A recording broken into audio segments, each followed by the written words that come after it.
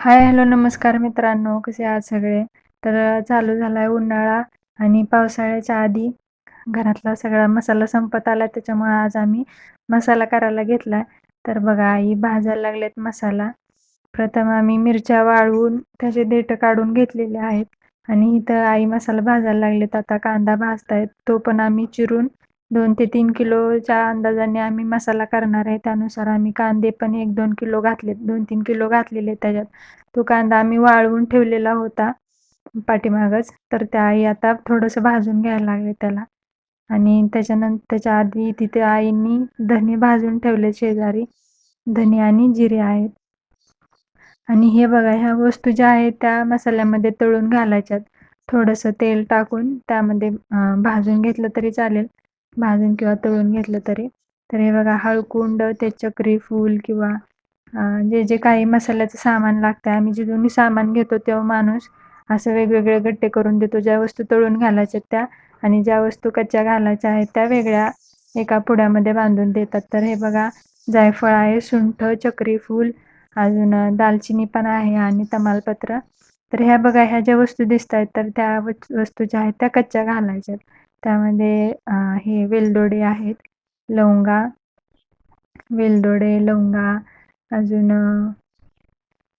मिरे आहेत आणि जे काही आपल्याला वेलदोडे लागतात, जे मोठे वेलदोडे, मसाल्याचे वेलदोडे असतात ते वेलदोडे आहेत. ते दुसरे कच्चे वेलदोडे त्यांनी डबल दिले, ते साईडला काढून ठेवलेत बघा. तर ह्या ज्या वस्तू आहेत त्या आम्ही मसाल्यामध्ये कच्च्या घालणार आहे आणि ह्या ज्या आहेत त्या तळून घालायच्यात. दालचिनी, सुंठ वगैरे ज्या काही चक्री फूल, तमालपत्र असतात. आणि इथं जे आहे ते खसखस आणि पांढरे तीळ आम्ही भाजून ठेवलेत, ते पण मसाल्यामध्ये घालणार आहे. तर अशा पद्धतीने मसाला करतो. हे झालं मसाल्याचे पदार्थ. आणि हे खोबरं आहे, ते अर्धा ते पाऊण किलो आम्ही मसाल्यामध्ये घालणार आहे खोबरं. त्याचे तुकडे करून घेतले. दरवेळेस आधी आई कधी कधी खिसून घालतात, तर ह्यावेळेस आम्ही बारीक तुकडे करून घेतलेत आणि त्याला पण भाजून घेणार आहे. तळून भाजून घेतलं तरी चालतं कसं पण. तर बघा, हे एवढे सगळे पदार्थ या मसाल्यामध्ये घालणार आहे. आणि आज जरा उशीर झाला त्यामुळे हे एवढं सगळं फक्त भाजून ठेवणार आहेत आई आणि उद्या मिरच्या भाजायला घेणार आहेत. तर चला बघा, व्हिडिओ कंटिन्यू करा, व्हिडिओ शेवटपर्यंत बघा कसा वाटतोय ते. आणि तुम्हाला पण जर अशा पद्धतीने मसाला करायला पद्धत जर आवडली तर नक्की कमेंट करून सांगा. आणि अशा पद्धतीचा मसाला वर्षभर आम्हाला जातो. तर हे बघा, इथं आम्ही जे शेंगदाणा तेल असते ते आम्ही मसाल्यामध्ये घालतो आणि 1 किलो शेंगदाण्याचं तेल आम्ही गरम करून ठेवलेलं आहे आणि ते थंड करायला ठेवलं. तर हे बघा, सगळे पदार्थ भाजून मिक्स करून ठेवले तिथं. कांदा आणि खोबरं, धने, जिरे सगळे पदार्थ मिक्स करून ठेवले. ते बघा, इथं भाजून ठेवलेलं आहे खोबरं. आणि आता वाटून घेतले बघा. हे जे खसखस आणि तीळ होते ते आम्ही बारीक करून ठेवले, जेणेकरून त्या मसाल्यामध्ये असं थोडंसं काय मोठं मोठं राहणे. आणि हे खोबरं जे भाजून घेतलेलं होतं ते खोबरं आम्ही मिक्सरवरती बारीक करून ठेवलं. तर बघा, एवढं झालं हे.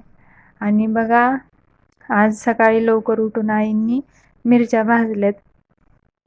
खूप ठसका उठला त्यामुळे काय व्हिडिओ काढायला जमला नाही. आईने नाकाला तोंडाला बांधून मिरच्या भाजलेत बघा. आणि ह्या मिरच्या आता भाजून थोडंसं गार व्हायला ठेवलेत आईने पसरून.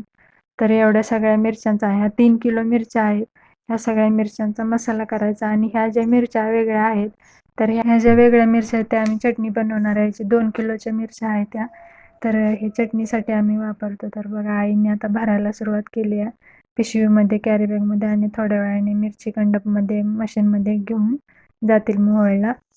तर ही आम्ही अर्धा किलो बेडगी मिरची आणली आहे, ती निवडून ठेवली आहे, ती कच्चीच आहे.